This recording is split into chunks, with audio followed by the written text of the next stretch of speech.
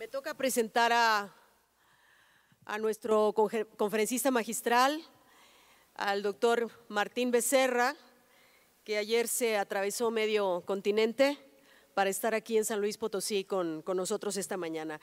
Voy a hacer una presentación lo más breve que pueda sobre el amplio currículum de Martín. Martín Becerra, el doctor Martín Becerra, es doctor en Ciencias de la Información por la Universidad Autónoma de Barcelona, profesor titular de las Universidades Nacionales de Quilmes y Buenos Aires, Argentina, docente de posgrado en universidades argentinas y también del exterior, es investigador independiente en el CONICET, especialista en medios y políticas de comunicación, ha realizado consultorías sobre medios de comunicación con organismos nacionales, internacionales, con organizaciones del sector civil y es autor de los libros Sociedad de la Información, Proyecto, Convergencia y Divergencia, de Wikimedia Leaks, la relación entre medios y gobiernos en América Latina bajo el prisma de Wikileaks con Sebastián Lacunza y de las investigaciones sobre concentración de medios escritas junto a Guillermo Mastrini, Periodistas y magnates, esto en 2006, Los dueños de la palabra en 2009 y Los monopolios de la verdad. También Martín es autor de Cajas Mágicas, El renacimiento de la televisión pública en América Latina, en coautoría con Ángel García Castillejo, Óscar Santamarina y Luis Arroyo. Martín edita el blog Quipu, donde publica sus frecuentes colaboraciones periodísticas sobre temas de medios y tecnologías de la comunicación. Y pueden seguirlo en Twitter, Ara Cala Cana. Estaremos recibiendo también por nuestro encuentro virtual preguntas para nuestro conferencista. Martín, muchas gracias por estar acá con nosotros y, bueno, tienes la palabra. Bueno, muchas gracias. ¿Aquí o allá? Estás en tu casa, ya el rector nos dijo que nos apropiáramos de la universidad. Bueno, me quedo aquí. Adelante. Es menos solemne. Bueno, hola. Muchas gracias María Elena por la invitación.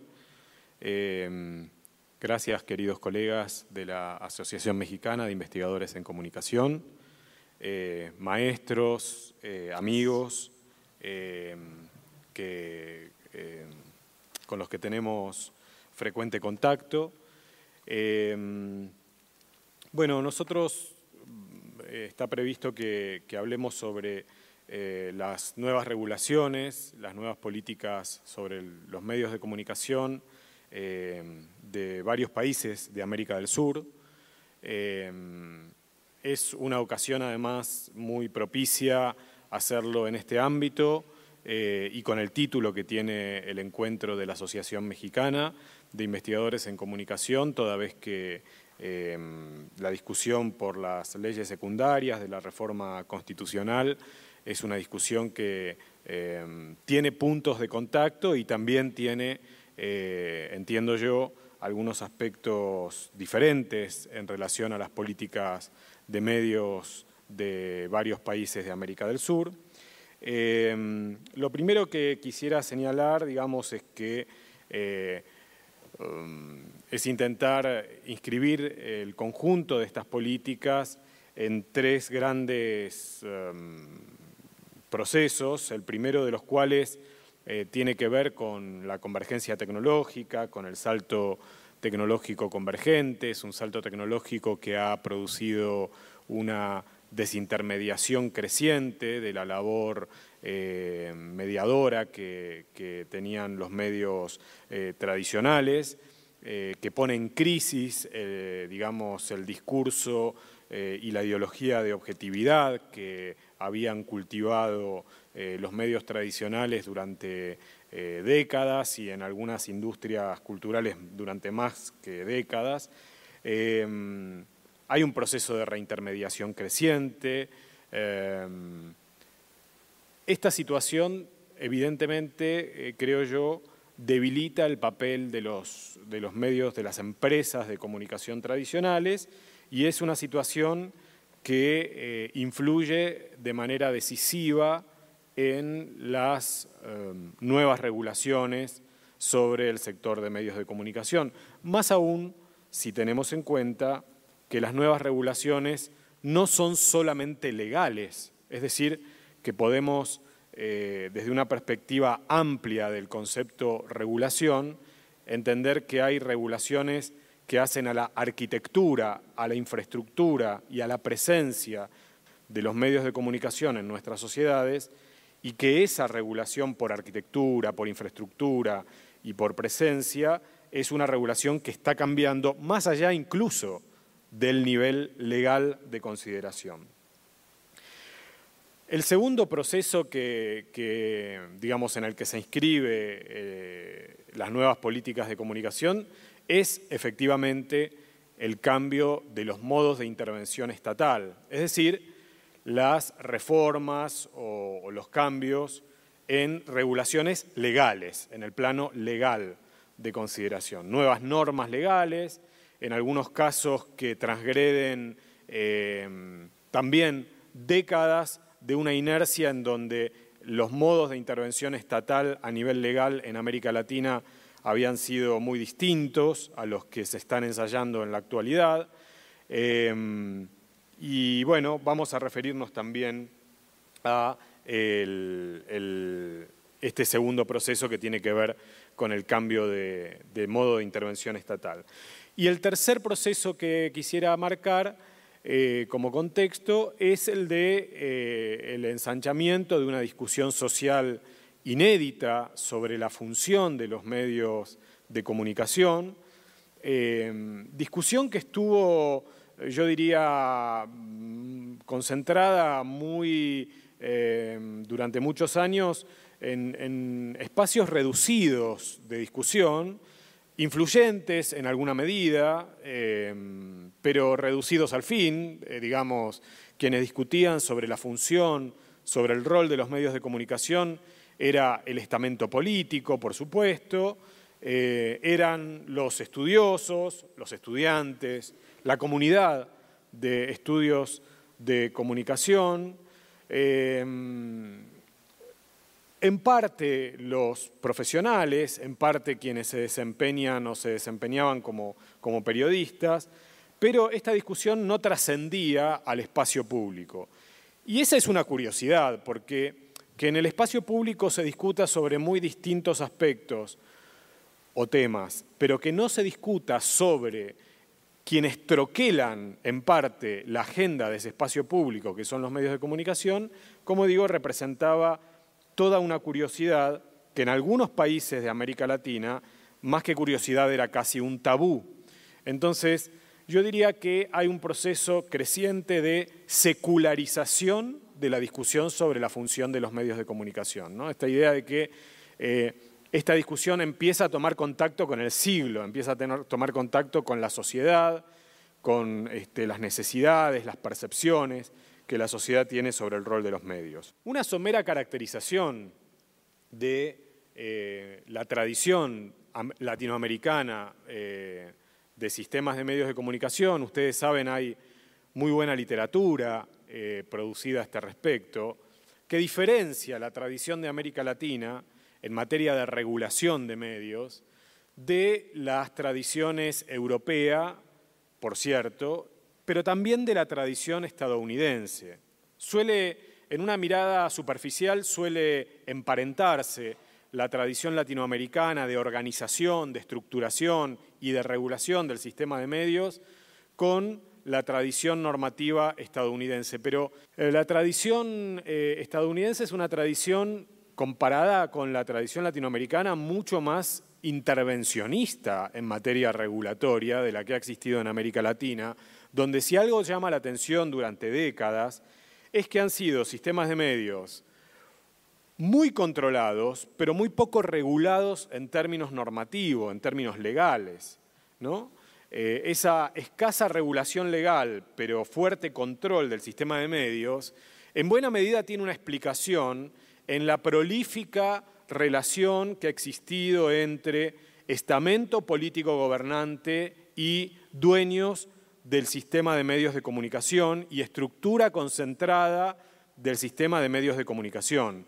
Esa prolífica relación, esa relación íntima entre política y medios, en buena medida excusó a la tradición latinoamericana de escribir esos pactos que sostuvieron de manera estable el comportamiento del sistema de medios, de escribirlos como norma legal. Es decir, que se han bypaseado, han eludido la intervención de la discusión de los representantes del pueblo en el Congreso, en los congresos de las distintas repúblicas, a partir de, como digo, contactos muy íntimos, muy estables entre estamento político y dueños del sistema de medios. Por supuesto, decir esto en México y decírselos a ustedes, estudiantes, estudiosos de los sistemas de medios de comunicación, es casi una ofensa porque ustedes lo tienen muy claro, del mismo modo que también existe esa claridad o esa conciencia sobre la íntima relación entre medios y política en otros países de América Latina, en particular en Brasil, en la Argentina, en Chile, en Colombia, en fin, en muchos otros países de la región. El sistema de medios, por lo tanto, como bien señalan Elizabeth Fox y Silvio Weisbord, ha sido un sistema de medios comercial, políticamente dócil, con una altísima concentración de la propiedad. Por supuesto, la concentración de la propiedad de los sistemas de medios de comunicación y de otras industrias convergentes, como es el caso de las telecomunicaciones y más recientemente de Internet, es una concentración que salta. Es difícil encontrar un país donde no sea alta, esto quiero decir. Es decir que, con perdón de la palabra, hay una tendencia natural a la concentración por parte de estos mercados. Sin embargo, la estructuración de estos mercados a través de la regulación de los mismos en Europa Occidental, en el pasado y en el presente, hacen que los niveles de concentración de esos mercados sean más bajos que en América Latina. Posiblemente América Latina sea de las regiones del mundo, cuando uno construye indicadores objetivos de concentración de la propiedad de los medios, sea una de las regiones del mundo en la que se registre niveles de concentración de la propiedad más altos y niveles de centralización de capitales y de centralización geográfica de las producciones de los medios de comunicación más altos. América Latina, además, se destaca de forma diferenciada respecto de Europa o de Estados Unidos, de Norteamérica, porque en América Latina no ha habido servicios públicos de medios de comunicación. Por cierto, existieron y existen emisoras estatales, de carácter estatal. En algunos países, emisoras estatales que cubren el conjunto de la población, que cubren toda la geografía de ese país. En otros países, emisoras estatales que tienen una programación y un alcance más de tipo local, ciudades, eventualmente regiones dentro del propio país. Pero lo cierto es que en América Latina no se cultivó la tradición del servicio público. En general, estos medios de gestión estatal han sido fuertemente gubernamentales, no han sido públicos en el sentido de la separación entre Estado, gobierno, partido, y han promovido una programación históricamente muy partisana, muy facciosa. Y claro, en sistemas de medios en donde la estructuración de la propiedad es tan concentrada en manos privadas, con una lógica de funcionamiento tan fuertemente comercial, sin el contrapeso de un servicio público, auténticamente público, obviamente el espacio público mediático, mediatizado, el espacio público mediatizado, es un espacio público que no encuentra, como digo, balance o fuerzas compensadoras de la labor estructuradora de los medios privados, comerciales y concentrados. Para más INRI, en América Latina y en muchos otros países del mundo, en las últimas décadas se asistió a un conjunto de regulaciones, muchas de ellas de índole legal, otras no necesariamente escritas en leyes, que han sido los procesos de privatización, que a su vez motivaron cierta extranjerización de la propiedad del sistema de medios. Esto es muy evidente en América del Sur y en muchos países de América Central también. Crecientes procesos de financiarización, o sea, la afluencia de capitales financieros, bancarios, a la propiedad de los sistemas de medios de comunicación, que es un proceso relativamente novedoso. Antes de los años 90 del siglo XX no existía una afluencia de capitales financieros en la propiedad de los sistemas de medios. El libro este último de Manuel Castells, Comunicación y Poder, amplía preguntándose sobre las causas y sobre los efectos que tiene la financiarización de la propiedad de los sistemas de medios. Hay un artículo previo que yo entiendo, reescribe luego Castells en Comunicación y Poder, un artículo que él escribió con la colega Amelia Arsenault, en donde esa pregunta sobre las causas y los efectos de la financiarización está más desarrollada, y yo creo que es muy inteligente la respuesta que ellos brindan. En verdad, la lógica financiarizada, la lógica de capitales financieros, de fondos, muchos de ellos establecidos con sede en los Estados Unidos, pero el origen del capital, digamos, no tiene bandera finalmente, busca finalmente, la renta a corto plazo y por lo tanto desnaturaliza cierta labor que caracterizaba una gestión artesanal, familiar, que tenía la propiedad de los sistemas de medios en América Latina y le va imprimiendo una lógica de capitalización y valorización financiera, como digo, más cortoplacista en sus expectativas de obtención de beneficios o para facilitar otro tipo de negocios económicos que no son necesariamente los de los medios de comunicación, que impacta en también la línea editorial de los medios de comunicación. Bien. Otra característica de los sistemas de medios en América Latina tiene que ver con la proscripción, decíamos, de la sociedad civil organizada o de los medios sin fines de lucro o de los medios comunitarios, alternativos, populares, como querramos llamarlo, es decir, de todo el tercer sector que ha sido históricamente, la palabra es fuerte, es verdad, proscripta del acceso a las licencias de radio y de televisión, pero es la verdad, digamos, legalmente no ha sido permitido en América Latina el funcionamiento de estos medios.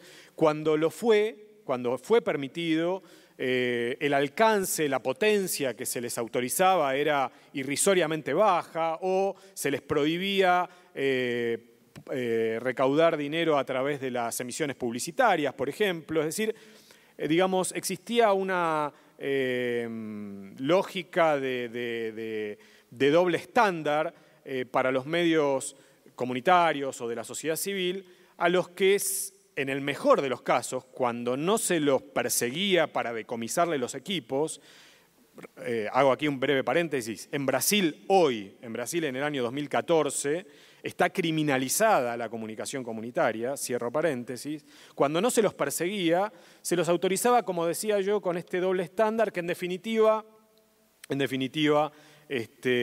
los limitaba mucho en su alcance y en la interpelación al resto de la sociedad. Cierto, no es América Latina la única región del mundo en la que existe una marginación de los medios sin fines de lucro, sin ánimo de lucro. Pero es América Latina la única región del mundo en donde la ausencia de servicio público, volvemos al punto anterior, la ausencia de servicio público, impide que haya mensajes que no estén regulados por una lógica hipercomercial de funcionamiento. Entonces, ausencia de servicio público, lógica comercial de funcionamiento y proscripción de medios por parte de la sociedad civil. Eso contribuye también a diseñar una estructuración de sistema de medios muy peculiar en América Latina. A esto se le suma la falta de acceso a la información pública, es decir, la ausencia de regulaciones que faciliten el acceso de los ciudadanos a la información que es lo que muchos autores, Schiller, Aníbal Ford en el caso argentino, llaman información socialmente necesaria, ¿no? Digamos, la información que un ciudadano necesita, un grupo social necesita para poder desarrollar razonablemente una vida digna. Y una fuerte intervención estatal. Decíamos al principio que los sistemas de medios en América Latina han sido fuertemente controlados, pero escasamente regulados a nivel legal. Bueno, un indicador claro de ese concepto es la presencia y la intervención estatal permanente que ha tenido la historia de los medios en América Latina, que es una historia de intervención estatal muy opaca no solamente porque se falta al acceso a la información sobre esa intervención estatal, sino porque ha sido históricamente muy discrecional. Es decir, por ejemplo, la cesión de licencias de radio y de televisión. Una buena, creo yo, una buena y una incomodísima propuesta de investigación sería la de registrar cuántas licitaciones de radio y de televisión, de licencias de radio y de televisión, han tenido nuestros países en su historia. Han sido poquísimas, escasísimas. En general, esas licencias siguen en manos de sus originales propietarios. Estamos hablando a veces de 60 años, de 50 años, de 70 años. Parece un título nobiliario. Nosotros decimos que vivimos en repúblicas, pero en verdad, esto es que hay gente que tiene sangre azul, que no se somete a concursos públicos para acceder a licencias, y el resto de la sociedad, el 99,9% de los ciudadanos, que no tenemos sangre azul, que tenemos sangre roja, y que nos sometemos a una serie de procedimientos propios de una república. Pero la falta de regulación, la falta de publicidad de esos mecanismos está muy bien representada por quiénes son los dueños de los medios de comunicación, los dueños de la licencia en nuestros países. Esto lo digo con la mejor onda y con el mejor digamos, ánimo en relación a quiénes son estos dueños. El problema no es de ellos. Ellos hacen negocios, el problema es de la estructuración política del sector de medios de comunicación o de la estructuración política de los estados, ese sí es un problema, que permite que eso ocurra, que haya gente de sangre azul, que no se someta a procedimientos públicos, que no haya rendición de